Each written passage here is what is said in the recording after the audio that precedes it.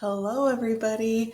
I wanted to hop on really quickly today to talk to you a little bit about motivation and to make sure that when you're looking at the PowerPoint for this module that you're focusing on this particular formula, because this is really, really important when we're looking at motivation and kind of trying to figure out, especially if we're not feeling motivated for a particular class or for a particular role in our life, how do we fix that? How do we even begin to identify what is causing the lack of motivation and how can we increase our motivation? So a lot of times I think we just think of motivation as just this overall thing. Like we either have it or we don't. I'm really motivated to work out and be healthy, or I'm not. And there's just nothing I can do about it. Or I'm really motivated to do well in this class and I'm getting all my stuff done and I'm earning a great grade, or I'm not motivated and I'm on the completely opposite end of it. And we kind of think of it in that all or none terms. And that's really not the truth. Motivation very much changes. There's different, highs and lows to it in terms of kind of a scale of motivation. So sometimes even if your motivation is not as high as you would like it to be, or you're feeling like your motivation is not as high as it needs to be in a certain area of your life, you can start with what you have. You can kind of try to identify why is it not as high as I want it to be, and then how can I change that based on what I determine. So it really helps to really think about it and try to really come up with reasons of what's affecting that motivation. I know sometimes we literally just may say I'm just not motivated. I'm just not motivated today. And I think that's common. Sometimes we have those days, but honestly, even when we make that comment, and I know I'm guilty of it as well, even when we make that comment that like, oh man, I'm just not motivated today, there's still a reason behind it. Even if it's not necessarily a really deep reason that you can change or make better. I'll give you an example. I just said that today. I literally just said that sentence today that I was struggling with motivation. And I'm like, man, I'm just not motivated. Like, what is my deal? I'm having a hard time focusing on work, etc. And I just really couldn't come up with the reason why. And someone that I work with was like, well, why are you feeling like that? And I'm like, I don't know. I didn't sleep well last night and it's just so dreary outside. Like it's been raining all day and that just, makes me not feel motivated. And so she said, okay, well there you go. There's the reason why you're not motivated. Now, could I change those two things right then? No, I don't have control over the weather. And I was tired. I couldn't help that I hadn't slept, but just taking that minute to realize like, okay, there are external factors that are kind of affecting me. It is affecting my mood. It's affecting my motivation. What can I do? And so I came back into my office. I turned on some more lights so it wasn't so dark in here. I opened the window up actually to get some fresh air because I like listening to the rain. Like I like that aspect of rain, even though it looked dreary outside. So, I put on some music for a little bit while I was working. So I came up with just some little things that I can do. Now, definitely when we're looking at classes or other like more major reasons why we're not motivated, we need to use this formula because this is going to really help us dig into that. So that's what I want to talk about today. So when you're looking at motivation, you're going to look at V times E equals M. And obviously that doesn't really mean a lot to us if we don't dig into what that means. So the V is value placed on, and in this case, I'm using education because I'm talking about your classes, but this really could be value on anything. So value on education, value on your job, value on your relationship. So how high is the value that I put into that? In other words, how important do I feel that is to me? So your value is going to be one number. E is the expectation. So this is my expectation for being successful. This is my expectation for having a positive experience in that particular class or that particular role. This is my expectation that that I understand what I should be doing. I understand the expectations of the class or of the job or whatever. And I feel confident that I can manage that. And so that's another number. And so when you multiply those numbers, you're going to kind of get that end game number, and it's going to be a number from, and when we look at the formula of the specifics, you're doing 0 to 10 for each V and E. So you're picking a number 0 through 10 for V, 10 being the highest in terms of your value, and then you're choosing a 0 through 10 for E. So 10 would be your highest. You have lots of expectation. And then when you multiply those, you're getting a number for motivation, obviously between 0 and 100. The closer you are to 100, the higher your motivation is. So if you have a high number, it's like, oh, okay, should have pretty high motivation in this particular class or whatever, because my number is high. I have high value and I have high expectation. If your number is lower, then you need to dig into each of those values. So was my V number really low? If I had a 0 for V, meaning that I don't have a lot of value into this class, or I don't see the purpose of me doing this, how can I change that? How can I focus on that? What strategies can I use? Or if your expectation number was really low, why is my expectation so low for this experience? Am I having some self-confidence issues that I just don't think that I'm smart enough or that I can do it? Have I not had a pleasant experience in this type of class before? Like, have I always disliked math and now I'm in math again? So probably already my brain is thinking this is going to be no different than math before. I'm not going to like it. So you really need to dive deep into either V or E to figure out what's going on. Now, sometimes students will say, well, I'm looking at my numbers and my V and my E are low. And sometimes that does happen. Sometimes you're in a class or you have a particular situation where your value is not very high and your expectations are not high. And that's okay. That doesn't mean that there's nothing you can do about it because both your numbers are low, but it's going to be a little bit harder in that circumstance because you are going to have to work on both. And I think if you think of that, I mean, if you had zeros in both your value and your expectations, that really must be a class that you do not want to take, or that you don't feel like is tied into your goals, or you've really had bad experiences in the past, or you're not liking the instructor. I mean, there has to be a lot of things going on all at once for your motivation to be that low in both categories. And so at that point, you do need to look at what your options are. Is there anything that I do have control over that I can fix or work on to try to increase either the value or the expectation? If not, if the answer to that is no, then I need to be a creator and look at the situation. Is this literally going to affect my success? And if it is, do I need to drop this class? Do I need to change classes? Do I need to think about my overall career goal? Those types of things. So sometimes it leads to deeper, more meaningful, sometimes more difficult questions to address. However, if you just have a low number in one or the other, then it's typically not as hard to make some changes that can then increase your motivation.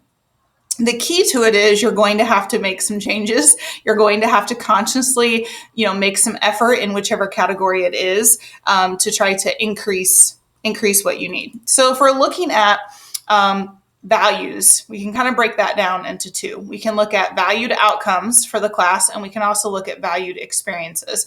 So I'll start with experiences. Usually when we're looking at experiences within a college course, a lot of students want to have fun. They want to feel like it's entertaining, or that, they're interested. They want their interest to be captured. Students do want to have some academic confidence in it. Typically, if you go into a class where you have super low confidence, I'll give you an example. Like, I really struggle in sciences. I have my entire life. So anytime I had to take a science class, I walked into that class already with low academic confidence. Even before I saw the syllabus, before I met the teacher, before I knew anything that was going on in the class, I still had low confidence just based on my past experiences. So your academic confidence can definitely play a part in that experience. You obviously want to be excited or passionate about the learning. So oftentimes when we're taking classes that are not our favorite or not ones that we necessarily want to take, the excitement and the passion can be lower. And then also just personal confidence in yourself. And so sometimes we are experiencing personal issues. There's things going on in our personal life and our other roles besides a student. So we might be struggling in a relationship. We might be struggling in our job. There might be things going on with our family. And so that brings us down. And so then our experience in class sometimes is harder. Excuse me. Especially when that's affecting, let's say you're getting less sleep because you're arguing with your significant other, and so you're not sleeping at night, and then you're trying to go into class the next day. Obviously, your experience in that class is going to be affected by that because you didn't sleep and you're tired. So those are kind of the experiences. The outcomes that we want to focus on, that we want to recognize have value, is what can this class do for me? What can I get out of this class? How do I tie this into my life? And when it's a class that's tied directly to your career, I think that's easy to make that connection. As a teacher, anytime I took education classes that were directly teaching me how to be a teacher, obviously those had high value for the outcome because I knew I was going to use that directly in my career, and I needed those skills if I wanted to be a good teacher. Now, some of the other classes I had to take, like some of the general education courses, those didn't have as high of a value to me because I struggled to make the connection. So what I had to do is focus on these other things. So you always want to remember that there's a value in the classes you're taking because it's getting you towards your goal. If your goal is to earn your associate's degree, if your goal is to go on and get a bachelor's degree, these classes are tied into that, and you have to have them in order to get that degree. And so what are you going to get with that degree? How can you tie that into the class? Looking at some of these, you're going to have higher earning power. You're going to have more and better employment opportunities. You may have a higher quality of life in terms of the lifestyle that you can afford. You may be able to save more. You may be able to put more towards retirement or other things that are important to you. You may have better chances for professional and personal mobility, maybe different chances to move or to get into a different climate or culture. It also can directly impact your health in terms of your stress, your physical health, because obviously we know that some jobs, especially those that may be on the lower end and have a lot of physical labor, that can put a lot of stress on you physically and mentally. You may be able to provide a better life for your children. So you can tie that into your value. Maybe the class itself you're really struggling with, but when you look at the value, if I think about how this impacts my family or impacts my children, that can play a role. It may give you other skills that you can use outside of the class. And this is a huge one. I always tell students, every class that you take, regardless if you dislike the course or you don't see a direct tie-in to your career, you should be able to see what skills or what knowledge can I take from this course that can make me a better person, that can make me a better student, that can make me a better consumer, that can make me a better voter, or whatever the case may be. So even if the whole class as a whole you struggle a little bit with, trying to find value within certain skills, within certain chapters, or within certain units can really have an impact on you. I think about this with the student I had that I was their advisor, and they were taking intro to politics. They were taking that as one of their social sciences. Obviously, and they needed a social science for their degree, and that was the recommended one. But they got into the class and they were really struggling motivation-wise because they just did not particularly enjoy the topic. They felt disconnected. And so we really talked about, okay, how do you increase your motivation? You're going to have to start looking at it in terms of what can I get out of this course? What value is this adding to my life? And so when he got to certain units, we could really tie that into, like, that's helping you make better decisions as a voter. Like, that unit is helping you understand how do laws come into effect? How does that get through our Congress? And, you know, if you didn't agree with the law, what are your options as a citizen to have a say in that? So really, he started to see the value of thinking in those terms, like, how is this impacting me as an adult and a citizen, and how can I teach, you know, my future children or other people around me that impact as well? So that's a huge one. Increasing personal status, again, just being able to that affects you as a person in terms of your different roles, in terms of how you feel about yourself. And then also hobbies and leisure activities. And sometimes students really balk when I mention this one, because they're like, I'm taking this course, I'm paying for this class, I have to have it as a part of my degree. I don't care to get a hobby out of it or to tie that into my hobbies. But sometimes there really can be some value in that course that could tie into other interests that you have. And even though that seems like a far stretch, it really could help you see some more value in it. So for example, if you're taking art appreciation, okay, and you're really struggling with art appreciation because it's a lot of older, you know, artwork from older time periods and different cultures and things that you're not familiar with, and so you're really struggling, but in your free time or as one of your hobbies, you like to sketch, or let's say you like to work with clay or something like that. So would there be some components in that class that maybe you could tie into your love for sculpture or your love for drawing or whatever the case may be? Yes. Now, we won't always have that connection. I mean, we're not always going to have a connection between what we do for hobbies or what we enjoy to do into the class, but we can. I think of another student took an intro to film class. None of the films were current. They were all old films, but he loved to watch TV. He would get into different Netflix series and things like that. And he loved a good series. And so this class was talking about how is that made? What's all the behind the scenes action on how to make a film or how to make whatever. And so he kind of tied that into how much he loves TV and loves movies. And then, that was giving him a connection and increasing his motivation. So sometimes it might seem like a far stretch, but sometimes you really can tie something in terms of your valued outcomes. Okay, so this is what we're looking at. This is what we want to look at in terms of those your value of college in what you're doing. And then obviously the expectation, we talked about, the expectations are just your own self-esteem, your own experience in the class, working on those things. And so if your expectation side is low, then that's really just identifying, well, why? Why do I have low expectations and what can I do? Will it help if I get a tutor? Will it help if I join a study group for that particular class? Will it help if I change my study habits? What is within, maybe I feel like I have a disconnect with the instructor. Should I reach out to them and try to email them to get that cleared up? So the expectation side sometimes I think is a little bit easier or more clear in terms of identifying that and then steps to take. I think often it's the value side of things, honestly, that's a little bit harder to identify.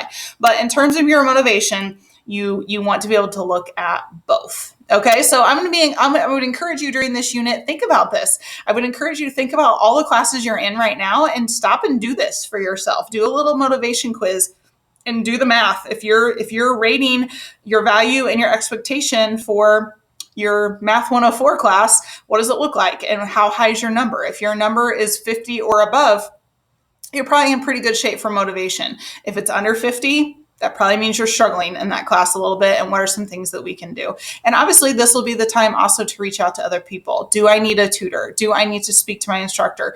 Do I maybe need to touch base with my student success coach to see what they recommend? Those types of things. So I would encourage you to stop and kind of think about that for each of your classes. And I would love to talk to you about it. So if you want to email me your results for some of your classes that you do this for and get some suggestions of how you can increase that motivation, I would love to talk to you about that. I think one of the things I always tell students about motivation also is that oftentimes if you just start somewhere small, that usually helps you to keep going, which automatically increases your motivation.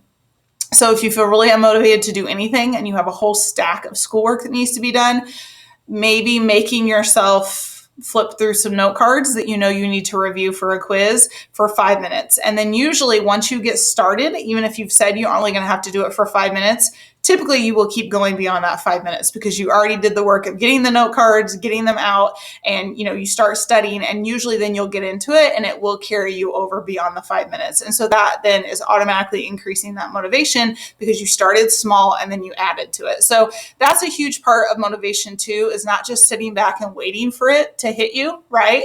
Like sometimes we just sit there and we want motivation to just like, if I could wave a magic wand and give everyone motivation, but it doesn't work that way. The two key parts are identifying why you're not motivated and really being able to break it down, and then look at concrete action steps of what can I do to fix it? What are some action steps I can take as a creator to fix that? And then also the second thing is just make yourself do something. Start small. You want to start working out or get healthy? Make yourself walk 10 minutes a day, or make yourself do one physical thing a day or something for so long. And then pretty soon make yourself do more, and then kind of, add on to that and that consistency. And then that will build over time. So I wish there was a magic wand. I wish there was a magic spell for motivation that I could just give everyone lots of it, but there's not. We have to do the work. So I encourage you to think about this. I hope this video was helpful in kind of breaking that down. And please email me if you want to have any more conversations about motivation. Okay? Have a great evening.